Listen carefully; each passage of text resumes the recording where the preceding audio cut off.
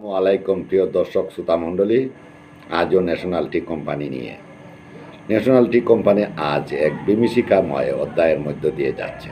শাসন, শোষণ, নির্যাতন সব কিছুর রেকর্ড যেন ভেঙে দিচ্ছে বর্তমান ব্যবস্থাপনা।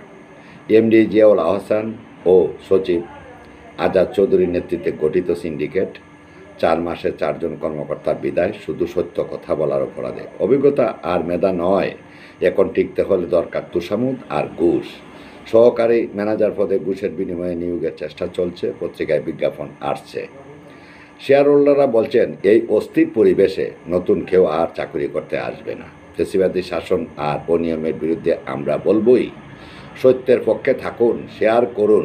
ন্যাশনাল টি কোম্পানির অন্ধকার ইতিহাসের পর্দাফাশ হোক। ন্যাশনাল টি কোম্পানিতে শোষণের রাজত্ব।